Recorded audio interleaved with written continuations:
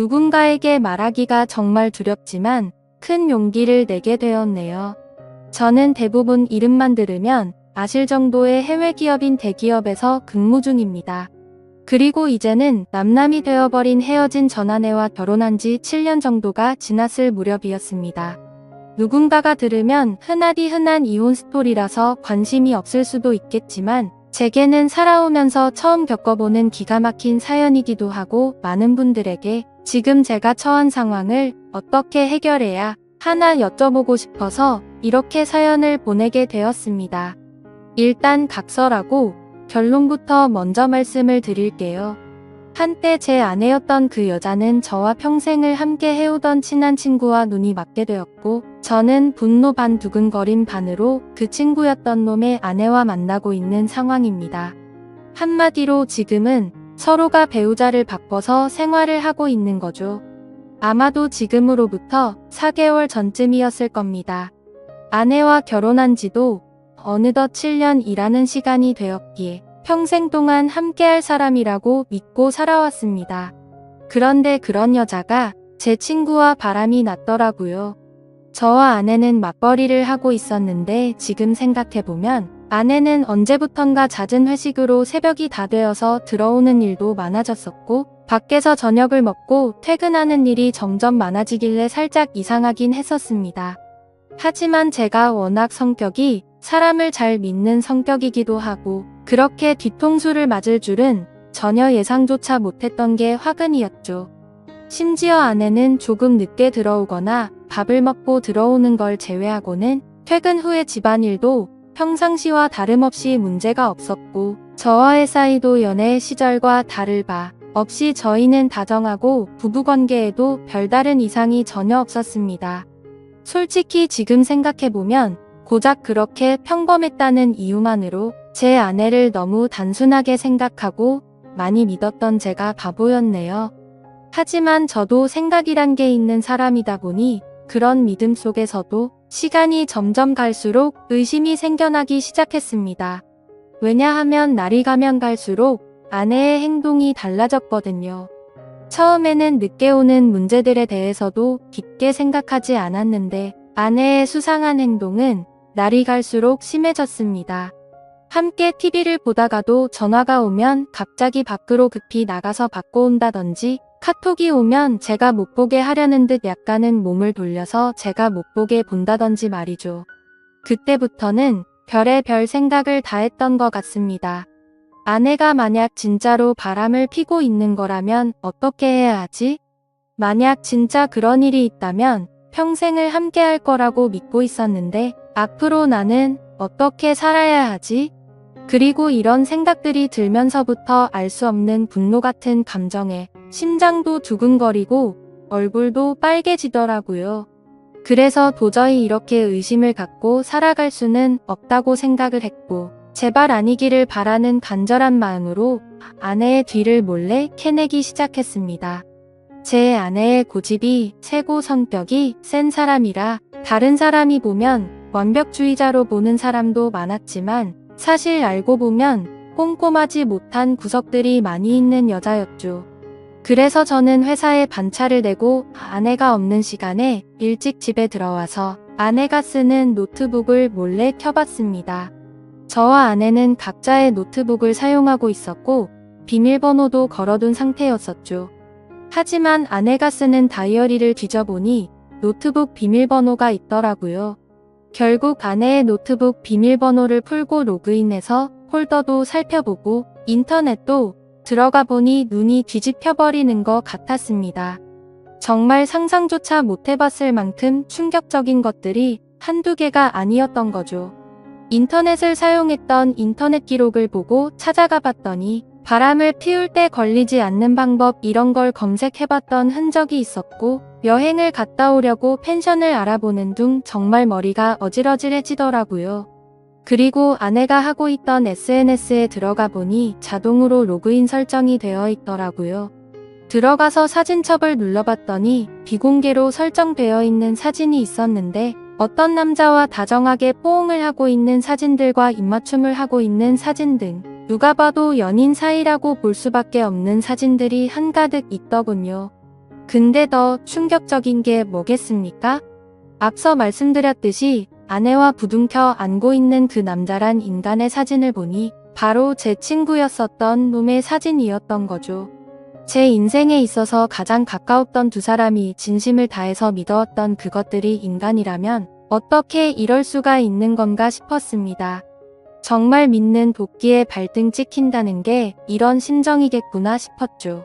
진심으로 하늘이 무너져 내리는 기분이 들었고 그동안 제 아내와 연애했던 날들과 결혼해서 지낸 모든 날들이 정말 소중했는데 그 모든 시간들이 너무 허무하게 무너지는 듯한 기분이 들었습니다. 그때부터 1시간 동안 정신 나간 사람처럼 가만히 누워있는데 너무 충격을 받아서 그런지 천장이 빙빙 도는 듯한 기분이 들더군요. 하지만 이렇게 넋을 놓고 있다가는 아내가 퇴근하고 들어올 시간이란 생각에 정신을 번쩍 차렸습니다. 누가 봐도 눈에 보일 만큼 제 손은 정신없이 부들부들 떨리고 있더라고요. 아무튼 이혼을 하더라도 증거가 필요할 거라는 생각에 아내의 SNS에 있던 모든 사진들을 다 다운로드 받아서 제 휴대폰으로 옮기고 있었죠. 그러는 중에 정말 너무 화가 나는 건 당연한 거고 너무 비참하고 슬퍼서 눈물이 나더군요. 앞으로 이 짐승 같은 것들을 어떻게 해버려야 하나 생각이 들었습니다. 부모님과 가족들을 제외하고 제 인생에서 가장 소중한 사람이 누구냐고 물으면 저는 당연히 제 아내를 첫 번째로 선택했을 거고 두 번째로 그 친구를 선택할 정도였으니 저는 제게 가장 소중한 두 사람에게 배신을 당해서 더 큰 충격이 있었던 것 같네요. 그 친구는 어릴 때부터 지금까지 알아온 친구인데 성격이 괴팍하고 과격한 친구이긴 했지만 저희 둘 다 외동 아들이어서 그런지 정반대의 성격임에도 불구하고 정말 친형제처럼 친하게 지냈습니다.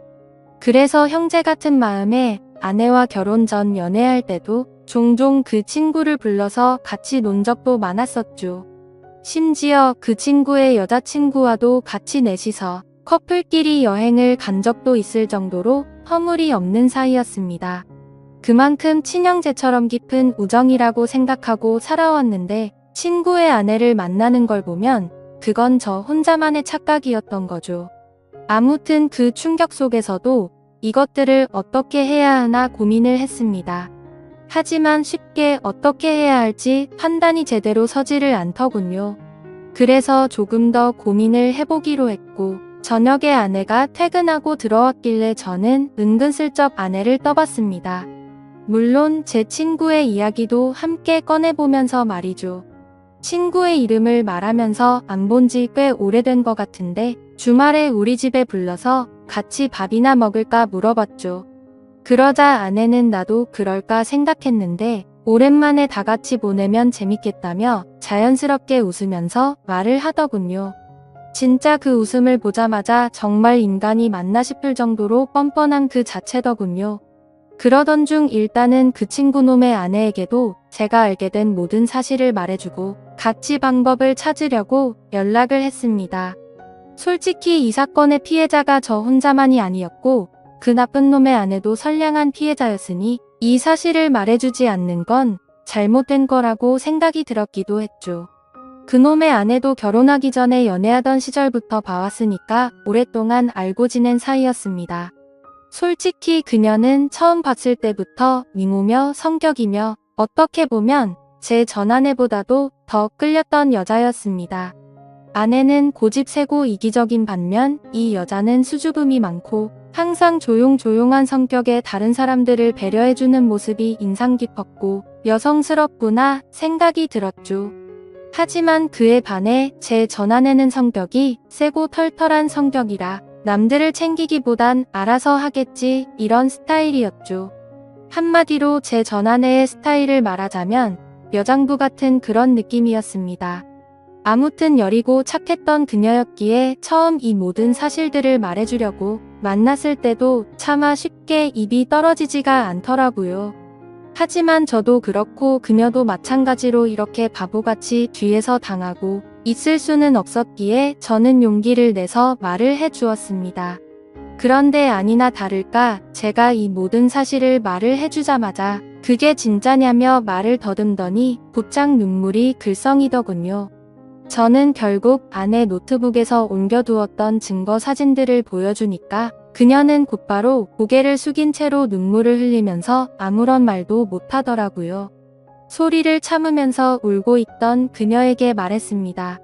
지금 당장 충격이 얼마나 클지 저도 겪어봐서 너무 잘 알 것 같다고 했고, 이렇게 집에 들어가면 감정을 추스르기 어려울 텐데 같이 술이나 마시지 않겠냐고 했죠. 그러자 그녀는 그러는 게 좋겠다고 대답을 했고, 그녀와 저는 곧바로 근처에 있는 술집으로 갔습니다. 솔직히 말해서 그때 처음 술집으로 향할 때는 뭔가 그녀에게 사심이라고는 전혀 없었죠. 그저 서로가 같은 충격을 받았고 비슷한 마음이었으니 위로해주고 위로받고 싶었던 마음이 컸었습니다. 심지어 같은 가해자들로 인해 상처를 받은 피해자들이었으니까요. 아무튼 술집에 가서 그녀도 감정을 억누르기 힘든 건지 술이 나오자마자 술을 마시기 시작하더니 술에 취했는지 그녀가 입을 열었습니다. 사실 저보다도 먼저 이 사실을 알게 되었다고 하더라고요. 그녀는 저보다 일주일 앞서서 비슷한 시기에 이 사실을 알았던 겁니다. 그래서 저는 왜 이 사실을 진작 내게 말하지 않았냐고 물었고, 그녀도 저처럼 어떻게 해야 하나 고민을 하고 있었고, 도저히 이 사실이 감당이 되지 않아서 제정신이 아니었다고 말하더군요. 그런데 그러던 중에 갑자기 제게서 연락이 와서 뭔가 느낌이 왔고, 제가 증거 사진들을 보여주자 참았던 분노가 울컥해서 눈물이 났다고 했습니다.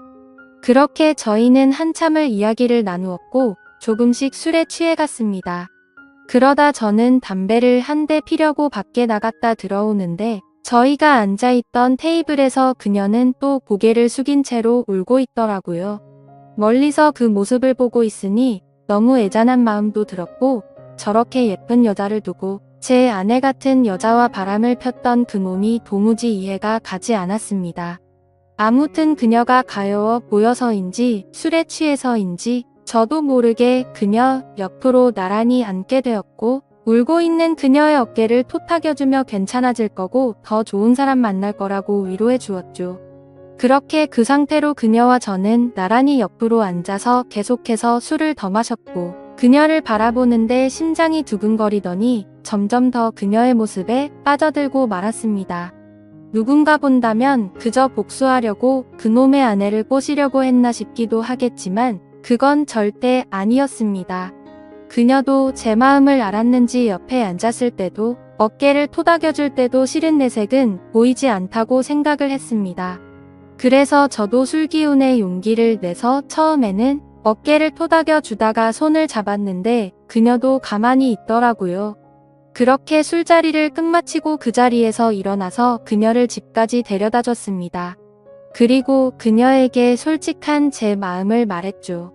복수심에 그런 게 아니라 또 만나고 싶다고 말이죠. 혹시 내일 시간 괜찮은지 물어봤더니 그녀도 수줍게 괜찮다고 하더라고요. 그날 이후로 며칠 동안 더 만나면서 그녀와 저는 서로 법적으로 유부남 유부녀였기에 말로 하지는 않았지만 서로에게 관심이 있구나라는 마음을 가질 수가 있었죠. 뭔가 기분이 참 묘하더라고요. 하지만 며칠 동안 만나면서 더욱 확신하게 되었지만 잠깐의 충동적인 실수나 복수하려는 단순한 생각에 그런 건 절대 아니었고, 그녀도 제 생각과 마찬가지였다고 말하더군요. 그래서 앞으로 어떻게 할지 물어보니 아무리 생각해도 복수니 뭐니 미련도 없고 이혼만이 답일 것 같다고 하더라고요. 저 또한 더 이상은 그 인간 같지도 않은 짐승들한테 조금의 미련도 없었기에 저도 이혼할 거라고 했죠. 그리고 그날 저녁 집으로 가서 아내를 불렀습니다. 아내는 아무것도 모른 채로 갑자기 왜 심각한 척 하냐면서 장난을 치고 있더군요. 저는 아내에게 내 친구와 있었던 모든 사실을 다 알았다고 털어놓았고, 이제 더 이상은 같이 살 수가 없을 것 같으니 일 크게 벌리지 말고 이혼하자고 말했습니다. 그러자 뻔뻔하게 더 큰 소리 치면서 강하게 나올 것 같았던 아내는 제 예상과는 다른 태도를 보이더군요. 그렇게 고집세고 이기적이던 여자가 제가 이혼하자고 말하니까 갑자기 펑펑 울면서 자신이 정신이 나갔었다고 말하면서 두 번 다시 이런 일 없을 테니 제발 한 번만 용서해달라고 사과를 하면서 빌더라고요. 부부 사이로 지낼 때 진작 저런 모습을 보여줬더라면 싶고 갑작스러운 그 모습에 기가 차더군요. 하지만 저는 이미 이 여자에게는 이미 정이 다 떨어졌고 더 이상은 믿을 수가 없었죠. 그리고 저 또한 다른 여자를 마음에 품고 떳떳하게 계속 살 수는 없었기에 단호하게 거절했습니다. 그 후로도 며칠 동안 저를 설득하려고 했지만 이를 크게 키우고 싶지 않으면 그만 포기하라고 했죠. 그제서야 아내도 더 이상은 설득을 하지 않았고 결국 어떻게 할 건지 이야기를 시작했습니다. 지금 생각해도 웃긴 게 처음에는 무릎 꿇고 빌던 여자가 돈 문제가 나오니 또다시 태도가 돌변하더군요. 위자료는 왜 안 주냐고 옆집에도 다 들릴 만큼 크게 소리를 지르고 난리도 아니었습니다. 적반하장도 유분수지 어떻게 남편 친구랑 바람 피운 것도 모자라서 지금 이 가정을 깬 건 너라고 말했지만 도저히 말이 통하지가 않더라고요. 어떻게 이런 여자와 연애 기간을 포함해서 10년을 함께 지냈을까요? 저도 정말 신기하고 대단할 따름이네요. 정말 참으로 허무하고 기가 막히지 않을 수가 없었습니다. 아무튼 도저히 말을 해봤자 제 입만 아프다는 생각에 각자 변호사 고용해서 법적으로 진행하자고 말을 했고 그날 이후로 전 아내와 제 사이는 완벽히 끝이 나게 되었죠. 그리고 한때는 친형제라고 생각했던 더러운 친구였던 놈도 그녀와 이혼을 하게 되었습니다. 그녀와 만나서 이야기를 나눠보니 그쪽도 난리가 났다면서 다를 바가 없더라고요. 그놈도 처음에는 그 사실을 절대 아니라면서 뻔뻔하게 부정하다가 그녀가 제게 받았던 증거 사진들을 보여주니까 울고 불며 매달렸다고 하더군요. 정말 허탈하고 씁쓸한 마음이 들었습니다. 두 사람 다 이따위로 할 거면서 도대체 왜 바람을 피고 끝내자고 하니까 그제서야 매달리는 건지 이해가 되지 않았죠. 그리고 참고로 이 친구였던 그놈은 능력도 없고 성격도 괴팍하기로 소문난 그런 놈이었습니다. 물론 친구였던 저에게는 딱히 해코지를 하거나 제가 불편한 게 없었기에 친구로 만나쳤던 거지만요. 어릴 때부터 알던 사이지만 항상 친구들 사이에서도 골치덩어리일 때가 한두 번이 아니었죠. 술 마시고 사고를 치고 다니는 건 너무 소소한 일상처럼 기본 중의 기본이었고 학창 시절에는 크게 사고를 쳐서 소년원까지 갔던 그런 인간이었습니다. 제가 태어나서 처음이자 마지막으로 소년원 면회 갔던 것도 생생하네요. 그런 사람이 공부는 열심히 했을까요? 물론 공부도 열심히 하지 않았고 미래에 대한 계획도 없이 살았기에 직업도 별로 보잘것 없었습니다. 심지어 그녀에게 듣기로는 지금은 그나마 다니던 그 직장에서도 사고를 치는 바람에 직업을 잃고 나서 대리기사를 하면서 생활비도 50만 원도 안 줬다고 하더라고요. 그나마 그놈의 장점이라고는 타고난 얼굴이 잘생겨서 어릴 때부터 줄곧 여자들에게 인기가 많았던 거 그거 하나겠네요. 제 아내였던 그 사람이 저보다 잘난 놈 만나서 호의호식하면 얼마나 더 억울하고 화가 났을까요? 그런데 고작 잘생긴 외모 하나에 환장해서 저를 버리고 그놈을 선택했다고 생각하니 진심으로 속이 후련하더군요. 그렇게 모든 일이 끝나고 나서 2개월가량이 지났습니다. 저는 그녀와 다시 어렸던 시절로 돌아간 듯 풋풋하게 연애를 시작하게 되었고 얼마 전에 제가 새로운 집으로 이사를 오면서 그녀도 함께 지내기 시작하게 되었죠. 모든 일이 끝나고 나서 이런 말을 하긴 그렇지만 그녀는 그동안 형편이 많이 어려워서 정말 많은 고생을 하고 살았다고 하더라고요. 친구였던 그놈이 욱하는 성질 탓에 매번 직장도 변변치 않았고 그렇다고 일도 성실하게 하는 스타일이 절대 아니었죠. 그냥 수치로 따지면 1년 중에 거의 6개월은 놀고 먹고 6개월 정도만 일을 하면서 살았다고 하더군요. 그래서 당연히 생활고에 시달릴 때가 한두 번이 아니었다고 말했습니다. 심지어 성격도 괴팍해서 술만 마시면 난동을 부릴 때도 허다했으니 그녀가 얼마나 힘들게 지냈을지 뻔히 보이더라고요. 저는 안쓰러운 그녀에게 그동안 고생하고 살았던 거 내가 다 갚아주겠다고 말했고, 앞으로는 편하고 행복하게 지내자고 했죠. 그러자 그녀는 그동안의 고생이 복받쳐 올랐는지 말만으로도 고맙다면서 눈물을 흘리더라고요. 그렇게 저희는 결혼식은 생략한 채로 혼인신고를 하고 나서 행복한 신혼생활을 보내고 있었습니다. 그런데 어제 저녁에 갑자기 친구였던 그놈에게서 연락이 오더라고요. 술에 취한 목소리로 다짜고짜 네가 내 와이프랑 바람 펴서 살림을 차렸냐면서 욕을 하더라고요. 솔직히 이번 사건이 일어난 뒤로 저는 평생 친구에게 배신을 당했음에도 굳이 저는 이놈한테 연락하지 않았습니다. 서로 이야기가 오가면 오갈수록 그동안의 우정이 깨진 상황에 더 비참해질 게 뻔했고, 양심적으로 저 또한 그놈의 아내였던 그녀를 마음에 담아두었기 때문에 떳떳하진 않다고 생각했죠. 그래서 그냥 그 역겨운 불륜 짓거리를 가슴에 묻어두기로 했고, 이놈과의 인연도 그때 모든 걸 다 같이 묻으려고 했기에 따로 연락을 하지 않았습니다. 저도 제가 맞바람을 폈다라는 건 충분히 잘못한 걸 잘 알고 있습니다. 하지만 어떻게 전 아내도 마찬가지고 이 인간 같지도 않은 놈도 그렇고 이 인간들은 안면에 철판을 깐 것 같습니다.